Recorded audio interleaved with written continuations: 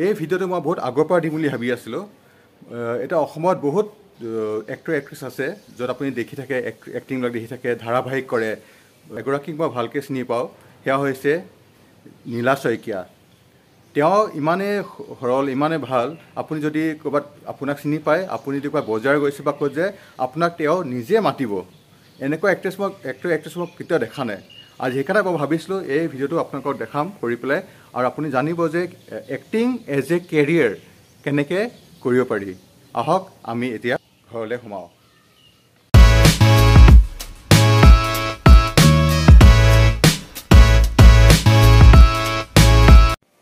এতিয়া মই সোমাব লৈছোঁ নীলা বাইদেউৰ ঘৰলৈ।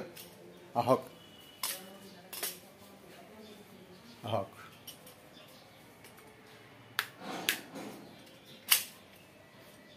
ৰখি আছোঁ মই লগ পাবলৈ।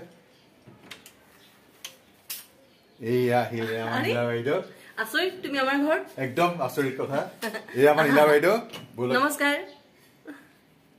আপুনি কেনেকে আৰম্ভ কৰিলে আপোনাৰ কেৰিয়াৰ? প্ৰথম চিৰিয়েলটো কি আছিলে আপোনালোকৰ? নিশ্চয় নিশ্চয়, খুব ভাল পাইছো অনুভূতি তুমি আমাৰ ঘৰলৈ অহাৰ কাৰণে, আৰু কিছু সুখ দুখৰ ভাল লগা মুহূৰ্ত তোমাৰ সৈতে, তোমাৰ জৰিয়তে আমি দৰ্শকৰ সৈতে শ্বেয়াৰ কৰিব পাৰিম। ভাল লাগিছে সেইকাৰণে।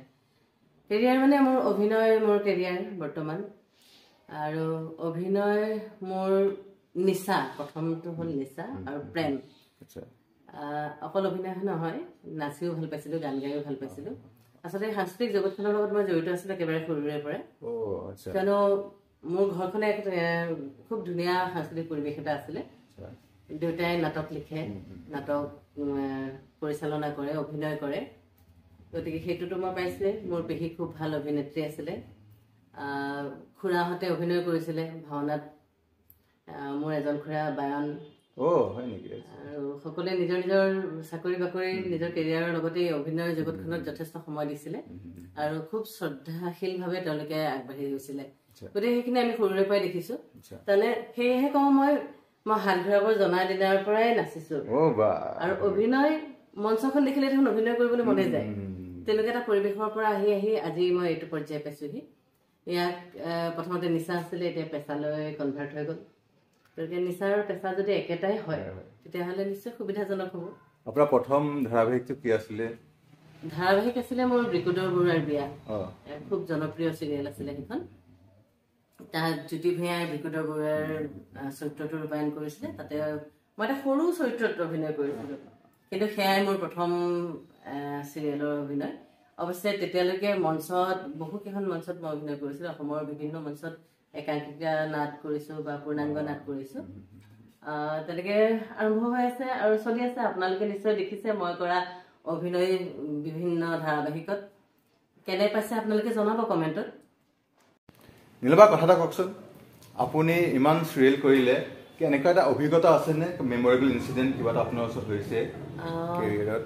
থাকে আচলতে, বহুত কেইখনৰ মাজত আমি সোমাই পৰোঁ, বহুত মানুহক লগ পাওঁ একেটা সময়তে। গতিকে স্মৃতি বিজড়িত ক্ষণটো থাকিবই, আৰু থকাও উচিত, কাৰণ আমি তেতিয়াহে মানুহবিলাকক মনত ৰাখিব পাৰোঁ। ইতিমধ্যে মই বহুত কেইখনেই চিৰিয়েল কৰিছোঁ, দৰ্শকেতো দেখিছেই। কিন্তু এটা কথা মোৰ ভাল লাগে যে অৰ্ধাংগিনী আজিৰ পৰা 5 বছৰ আগতে কৰিছিলোঁ, কিন্তু এতিয়াও অৰ্ধাংগিনীৰ প্ৰতিটো চৰিত্ৰ, প্ৰতিটো চিন মানুহে মনত ৰাখিছে। খুব ভাল লগা কথা সেইটো। আচলতে অৰ্ধাংগিনীৰ টীমটো খুব ভাল আছিলে। আমাৰ অৰ্ধাংগিনীৰ প্ৰযোজনা কৰিছিলে হামিদুল্লাহ দাই, আৰু পৰিচালনা কৰিছিলে ৰূপকমল পাপুৱে। তেওঁ খুব ভাল ডাইৰেক্টৰ, আৰু খুব কোঅপাৰেটিভ, মানুহক শিকাই বুজাই কেনেকে আগবঢ়াই লৈ যাব লাগে, আৰু বুজাবুজি ইমানেই ভাল যে তেওঁ কি বিচাৰিছে সেইটো আমি অলপ সময় তেওঁৰ লগত কথা পতাৰ পিছতে বুজি পাওঁ, আৰু ফলত তেওঁ বিচৰাটো আমি দিবলৈ চেষ্টা কৰোঁ আৰু সক্ষমো হওঁ। সেইটো খুব ভাল কথা। আৰু আমাৰ এছিষ্ট কৰিছিলে কিৰণ ৰাজ বুলি এজন নতুন ল'ৰা, তেওঁ এতিয়া নিজাকে চিৰিয়েলো কৰি আছে, খুব ভাল ল'ৰা। আৰু অভিনেতা অভিনেত্ৰীখিনিতো আপোনালোকে দেখিছেই, সকলোবোৰ ইমান ভালকে কাম কৰিছিলোঁ, ইমান ইণ্টিমেট আছিলোঁ, এটা পৰিয়ালৰ নিচিনা আছিলোঁ। ফলত এনেকুৱা হৈছিলে যিয়ে যি কাম কৰিছোঁ আমি মনৰ উৎসাহেৰে কৰিছোঁ, চৰিত্ৰটোত সোমাই পৰি কাম কৰিছোঁ। গতিকে খুব ভাল লাগিছিলে। আচলতে এই অৰ্ধাংগিনীৰ সময়ৰ কথা এটাকে ক'ব খুজিছোঁ। আমি শুনিবলৈ পাইছোঁ অৰ্ধাংগিনী চলি থকা সময়ত বহুত মানুহৰ ঘৰত কাজিয়া, গিৰিয়েক ঘৈণীয়েকৰ মাজত কাজিয়া, শাহুৱেক বোৱাৰীয়েকৰ মাজত কাজিয়া, পুতেক মাকৰ লগত কাজিয়া। কাৰণ কোনোবাই যদি চিৰিয়েলখন চাবলৈ বাধা দিয়ে, চাই থকা বা ভাল পোৱা মানুহ কেইজন মানে খং উঠি যায় তেওঁলোকৰ। কাৰণ সদায় তাৰ এটা খণ্ডও কোনেও মিছ কৰিব নোখোজে। সেই ৰেছপন্সটো আমি খুব বেছি ভাল পাইছিলোঁ। আমাৰ চিনাকি মানুহ এজন, বয়সস্থ মানুহ এজন, তেওঁ গৈছিলে বিয়া খাবলৈ। তেওঁ মিছেছক কৈছে সোনকালে যাওঁ বোলা, সোনকালে যাওঁ বোলা। ইফালে তেওঁ লগৰ ছোৱালী লগ পাইছে, পৰিয়ালৰ মানুহ লগ পাইছে, কেলে আহিব? কিন্তু নহয়, যাওঁৱে। কিয় যোৱা? অৰ্ধাংগিনী চাওঁ। বয়সস্থ মানুহৰ পৰা একদম সৰু সৰু ল'ৰা ছোৱালীলৈকে সকলোৱে মনত ৰাখে। আৰু খুব ভাল লগা কথা, মই এতিয়াও যেতিয়া বাহিৰলৈ যাওঁ, ক'ৰবাত যিকোনো অনুষ্ঠানতে যাওঁ, মোক অৰ্ধাংগিনী বুলিহে চিনাকি কৰাই দিয়ে। অৰ্ধাংগিনী শব্দটো মানে মোৰ লগতো ওতঃপ্ৰোতভাৱে জড়িত হৈ গৈছে, গতিকে মই প্ৰাউড ফিল কৰোঁ। আৰু এদিন এখন ফটোৰ কথা কওঁ দেই, এখন ছ'চিয়েল মিডিয়াতে পাইছিলোঁ ফটোখন। ইফালে অৰ্ধাংগিনী চলি আছে, সেইটো অৰ্ধাংগিনী চলি থকা শ্লট আছিলে। তাৰপিছত স্ক্ৰীণত, টিভি স্ক্ৰীণত মই ওলাই আছো, এগৰাকী বুঢ়ী মানুহে এনেকে টিভিটোৰ সন্মুখত হাতটো এনেকে দেখুৱাই আছে। তাৰমানে স্পষ্টকে বুজি পাইছো যে টিভিত ওলাই থকা মানুহজনীক তেওঁক চৰিয়াব খুজিছে। আৰু এই যে মোৰ ওপৰত ইমান বেছি খং উঠিছে, সেই কথাটো মোৰ খুব ভাল লগা কথা। এই খং বিলাক, এই ক্ষোভ বিলাক, এই যে বেয়া পোৱা বিলাক, এইবিলাক মোৰ কাৰণে আশীৰ্বাদ। সেই ঘটনাটো ভাল লাগিলে। আৰু শেহতীয়াভাৱে কওঁ, কা আন্দোলনৰ সময়ত এজন ল'ৰা আহিছে, দৌৰি আহিছে, ৰ'বচোন ৰ'ব বাইদেউ, ৰ'ব ৰ'ব। মই ভাবিছো কোনবাই, মই ধৰিব পৰা নাই। তাৰপিছত আহি অন্য কথা নাই, আপোনাৰ কাৰণে মোৰ মূৰ ফাটিছিল। মোৰ কাৰণে তোমাৰ মূৰ ফাটিছে কেনেকে? মইতো তোমাক চিনিয়ে নাপাওঁ। কৈছে আপুনি চিনি নাপায়, কিন্তু আপোনাৰ কাৰণে মোৰ মূৰ ফাটিছে। চিৰিয়েলখন মানে অৰ্ধাংগিনী চাবলগীয়া সময়খিনিত মাকে, ভনীয়েকে আৰু দেউতাকে টিভি চাবলৈ বহিছিলে অৰ্ধাংগিনী। সি মানে কিবা কাৰণত ভুলবশতঃ চেনেলটো চেঞ্জ কৰি দিলে, আৰু মাকে লগে লগে ৰিমটটো লৈ তাৰ মূৰত মাৰি দিলে। তাৰমানে সেই জনপ্ৰিয়তাটো, এই ধাৰাবাহিকখনৰ জনপ্ৰিয়তাটো তাৰ পৰাই খুব ধুনীয়াকৈ ওলাইছে। আৰু এতিয়াও মোক মানে অন্য ধাৰাবাহিকত দেখিলেও মানুহে প্ৰথমে সোধে এইবাৰ নিগেটিভ নে পজিটিভ কেৰেক্টাৰ। তাৰমানে সেই নিগেটিভ কেৰেক্টাৰটো ইমান হেৰিকে সোমাই গলো যে তাৰ পৰা মানুহবিলাকে মোক উলিয়াবই পৰা নাই, সেইমতে লৈ আছে। মোকতো বহুতে কৈছিলে, হেৰি আপোনাৰ ল'ৰা থকা হলে দিগদাৰ আছিলে, কাৰণ বোৱাৰী নাপালেহেঁতেন। নিগেটিভ ৰোল কৰাটো খুব ডাঙৰ কথা। আপোনাৰ এটা ফেন কি হয়, ফেনবিলাকে ভাবে যে খুব ভাল এক্টৰ হয়, ৰোমান্টিক এক্টৰ হয়, তাহাঁতৰ ফেন। যেতিয়া নিগেটিভ কৰিছে অন্ধাৰে আহিব, এওঁ কি সঁচাকে এনেকুৱা নে এক্টিং কৰিছে এনেকুৱা, এইটো ধৰিবলৈ দিগদাৰ হৈ যায়। সঁচাকে চেলেঞ্জিং, কাৰণ চৰিত্ৰটো এটা ৰূপায়ণ কৰিবলৈ যাওঁতে তাত সেই তেনেকুৱা এটা চৰিত্ৰত সোমাই পৰিব লাগে। মোৰ চৰিত্ৰটো যেনেকুৱাই নহওক, মই নিজে যেনেকুৱাই নহওক, কিন্তু সেই যেতিয়া নিগেটিভ কেৰেক্টাৰ এটা কৰিবলৈ যাম, সেই নিগেটিভ কেৰেক্টাৰটোক মানে সম্পূৰ্ণৰূপে ৰূপায়ণ কৰিবলৈ যাওঁতে কিছু কষ্ট হয়। প্ৰথমতে ময়ো অসুবিধা পাইছিলো, কিন্তু ৰূপকমল পাপুৱে ইমান ধুনীয়াকৈ চৰিত্ৰটো বুজাই দিছে, আৰু কোনখিনিত কেনেকৈ কি কৰিব লাগে বৰ ধুনীয়াকৈ গাইড কৰিলে। আৰু ফলত এইটো মই কেৰি কৰিবলৈ সক্ষম হলো, আৰু সেইকাৰণে এতিয়াও গালি খাওঁ, যদি ইমান বেয়া সাপে খাব পাৰে বুলি কয়। এটা কথা কওকচোন, যদি মই ভাবোঁ বা কোনোবাই ভাবে যে মই এক্টিং কৰিব খুজি আছোঁ, তেতিয়া আপুনি কি ক'ব, কি পৰামৰ্শ দিব তাহাঁতক? অভিনন্দন জনাম প্ৰথমেই, কাৰণ মই যিহেতু অভিনয়ৰ লগত জড়িত, অভিনয় ভাল পোৱা মানুহ পালে, অভিনয় শিকিবলৈ আগ্ৰহী মানুহ পালে খুবেই ভাল পাওঁ। কাৰণ অভিনয়ৰ দ্বাৰা মানে নিজৰ মনৰ আনন্দ, সুখ দুখ সকলোবোৰ প্ৰকাশ কৰিব পাৰি। আৰু ইয়াক শিকিবলৈ একো টান কথা নহয়, কাৰণ কিছুমান সৰু সৰু কথা অনুধাৱন কৰিলে অভিনয় কৰিব পাৰি। অনুভূতি তুমি পাৰিবা ষ্টেজত ভাল কথা। আৰু ময়ো আগ্ৰহী, যদি কোনোবা নৱপ্ৰজন্মৰ কোনোবা ল'ৰা ছোৱালী আহি ওলাইহে মোৰ ওচৰত যে মই অভিনয় কৰিব বিচাৰোঁ, সদায় মই তেওঁলোকক মই জনাখিনি শিকাই যাম। ইতিমধ্যে মই কেইবাখনো শিশু নাট পৰিচালনা কৰিছিলো, তেনেকে শিশুসকলক লৈ মই উলিয়াই বহুতখিনি কামেই কৰিছো এতিয়ালৈকে, নাচৰ ক্ষেত্ৰতে হওক, নাটকৰ ক্ষেত্ৰতে হওক। আৰু ভৱিষ্যত উত্তৰসূৰীয়ে যদি শিকিবলৈ আগ্ৰহ প্ৰকাশ কৰে, নিশ্চয় আমি আগবাঢ়ি যাম, একেলগে কাম কৰিম, একেলগে মঞ্চ ধাৰাবাহিক কৰিম। বঢ়িয়া, একদম বঢ়িয়া। আপুনিও আহিব পাৰে, ধাৰাবাহিকত ওলাব পাৰে আপুনি নিশ্চয়। এতিয়া মই এটা কাম কৰিম, মই কমেণ্ট বক্সত বা ডিছক্ৰিপশ্যন নম্বৰ দি দিম, এখেতৰ মই ইমেইল আইডি দিম, আপোনাৰ ইমেইল আইডি বা ফোন নম্বৰ দি দিব, আপোনাৰ কণ্টেক্ট নম্বৰ দি দিলে আমি আপোনাক কণ্টেক্ট কৰিম। নিশ্চয়, খুব ভাল কথা। মই আপোনাৰ বেছি সময় নলওঁ। মই এটা কথা কওকচোন, আপুনি মানুহে ভাবে যে চেলিব্ৰিটি লাইফবিলাক একদম হাই ফাই হয় পুৰা, ৰাতিপুৱা ওলাই যায় ঘৰত কাম কৰা মানুহ থাকে 10জনমান থাকে কোনোবা ব্ৰেকফাষ্ট বনাই দিয়ে লাঞ্চ বনাই দিয়ে ডিনাৰ কৰি দিয়ে আপুনি আহিলে তাৰ পৰা আহি পেলাই ডিনাৰ কৰি পেলাই আপুনি শুই গ'ল ইমান সহজ নেকি ৱৰ্ক বেলেঞ্চ লাইফটো সেইটো হ'বই নোৱাৰে কাৰণ সকলোৰে দৈনন্দিন জীৱন যাত্ৰা বেলেগ ধৰণৰ হয় যদি সেলিব্ৰিটি বুলি মই সেলিব্ৰিটি পৰাগে নাই ৰবাচোন তথাপি দৈনন্দিন জীৱনত কৰিবলগীয়া কামবোৰ কৰিবই লাগিব আৰু বাহিৰৰ পৰা যিমান ৰংচঙীয়াই নেদেখক কিন্তু নিজৰ জীৱন নিজৰ মতে জীয়াবই লাগিব অভিনয় ক্ষেত্ৰখনত বেলেগ ঘৰত বেলেগ ঘৰুৱা পৰিৱেশত সেইটো আকৌ বেলেগ ধৰণৰ হয় সংসাৰ আৰু কাম এই বেলেঞ্চ কৰি ৰখাটো এটা ডাঙৰ কথা গতিকে আপুনি ৰাতিপুৱা কেনেকৈ কিতাত কি কেনেকৈ মেইনটেইন কৰে আপুনি এটা কথা কিন্তু মই সঁচা কথা নকওঁ মই কেইটা বজাত উঠো নকওঁ ঠিক আছে মই আজিলৈকে পৰা নাই শ্বুটিং থাকিলে যেনে তেনে কষ্ট কৰি সোনকালে উঠো আৰু কিন্তু শ্বুটিং নাথাকিলে মই বহুত দেৰিলৈকে শুই দিওঁ উঠি পেলাই আপুনি কেনেকৈ তথাপি তাৰ শুই উঠাৰ পিছত মোৰ দৈনন্দিন জীৱন আৰম্ভ হৈ যায় চাহ তাহ বনাই খাওঁ ৰাতিপুৱাই জলপান খাওঁ তাৰপিছত নিজে প্ৰতিদেৱ ওলাই যায় কামলৈ ছোৱালী কামলৈ ওলাই যায় গতিকে তাৰপিছত মই নিজেও ওলাই যাওঁ মানে যোনদিনা শ্বুটিং থাকে সেইদিনা নহয় কিন্তু আপোনালোকক জনাবলৈ পাই মই এটা সুখী হৈছোঁ যে মোৰ এখন আমুলৰ পাৰ্লাৰ আছে হাতীগাঁও চাৰিআলিত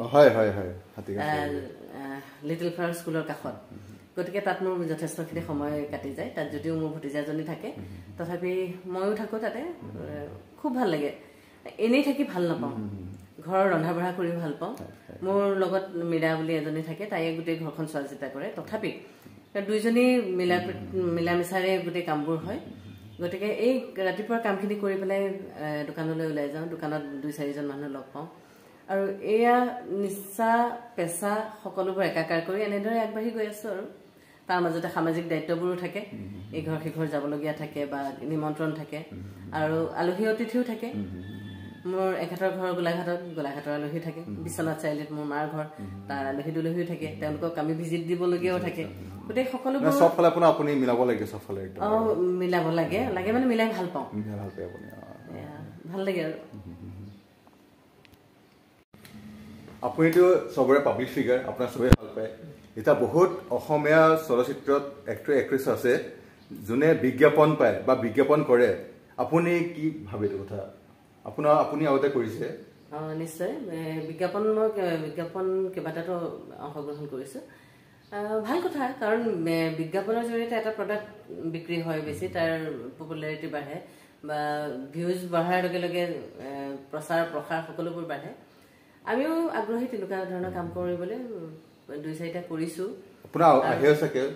বিচাৰে মই বহুত কেইটাৰ প্ৰস্তাৱ পাওঁ কিন্তু কথা হ'ল আমি সকলোবোৰতে অংশগ্ৰহণ কৰিব নোৱাৰোঁ কাৰণ মানুহে আমাক জানে 10জন মানুহে আমাক চিনি পায় গতিকে সেইকাৰণেই বিচাৰে বাৰু বিজ্ঞাপনৰ অৰ্থই সেইটো কিন্তু কথা হ'ল আমি সকলোবোৰ প্ৰডাক্টৰ এডভাৰটাইজ আমি কৰিব নোৱাৰোঁ কাৰণ আমাৰ এটা সামাজিক দায়বদ্ধতা থাকে যিটোৰ কাৰণে আমি যিটো বস্তু বেয়া বুলি জানো তাক আমি পইচাৰ বিনিময়ত বিজ্ঞাপনৰ জৰিয়তে প্ৰচাৰ কৰিবলৈ গৈ আমি দেশৰ দহৰ ক্ষতি কৰিব নোৱাৰোঁ আমাৰ এটা দায়বদ্ধতা থকা উচিতো কাৰণ আমি কোৱা কথাবোৰ বহু মানুহে সঁচা বুলি ভাবে আমি যি কম তাকে বিশ্বাস কৰে গতিকে আমি মিছা কথা এটাৰে আভুৱা ভাবিব নোৱাৰোঁ গতিকে এই যদি এনেকুৱা দায়বদ্ধতা থাকে আৰু জেনুইন হয় তেতিয়াহ'লে মই আগ্ৰহী মানে আপোনাক যদি কিবা বহুত পইচা দি দিয়ে কৰিবলৈ যে এইটো কিবা কৰক কিন্তু আপুনি ভাল পোৱা নাই প্ৰডাক্টটো আপুনি নকৰে নাই অভিনয়টো মোৰ নিচা তাৰ জৰিয়তেও মই অভিনয় কৰিম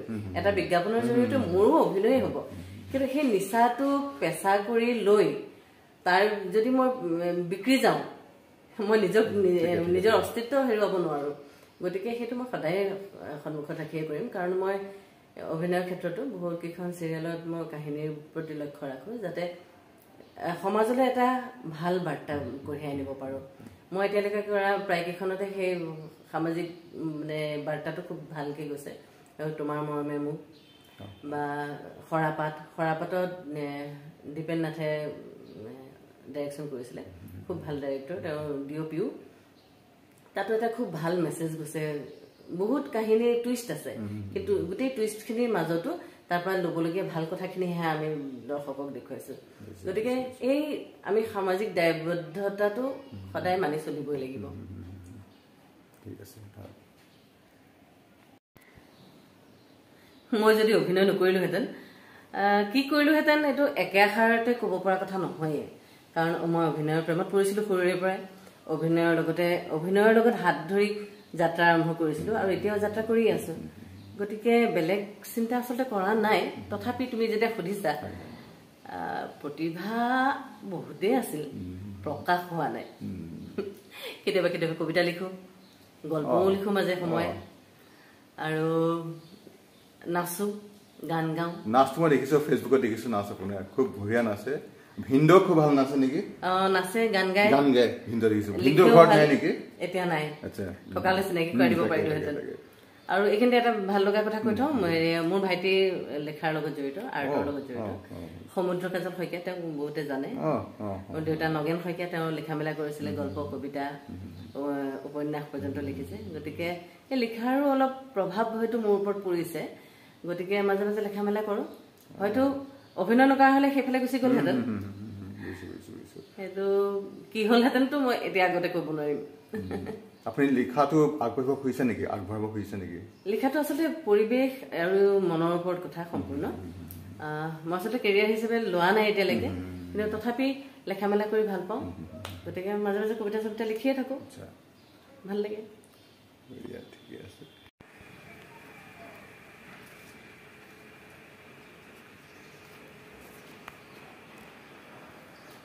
আপোনাৰ বাৰী বৰ ধুনীয়া একদম ধুনীয়া ফটো লগাইছে ধুনীয়া ফুল লগাইছে আচলতে জেগা কম তাতে ফুলৰ চখ আছে গতিকে ফুলখিনি কৰোঁ আৰু জানি ভাল পাবা যে পিছফালে আমাৰ দুজোপা জামু আছে নিম গছ আছে আৰু ঔষধি গছ বহুত আছে নৰসিংহৰ পৰা আদি কৰি নৰসিংহ ভেদাইলতা মানিমুনি মচন্দৰীৰ পৰা আদি কৰি গোটেইখিনি আছে আমি বহাগত 70 বিধমান শাক পাচলি বাৰীৰ পৰাই পালোঁ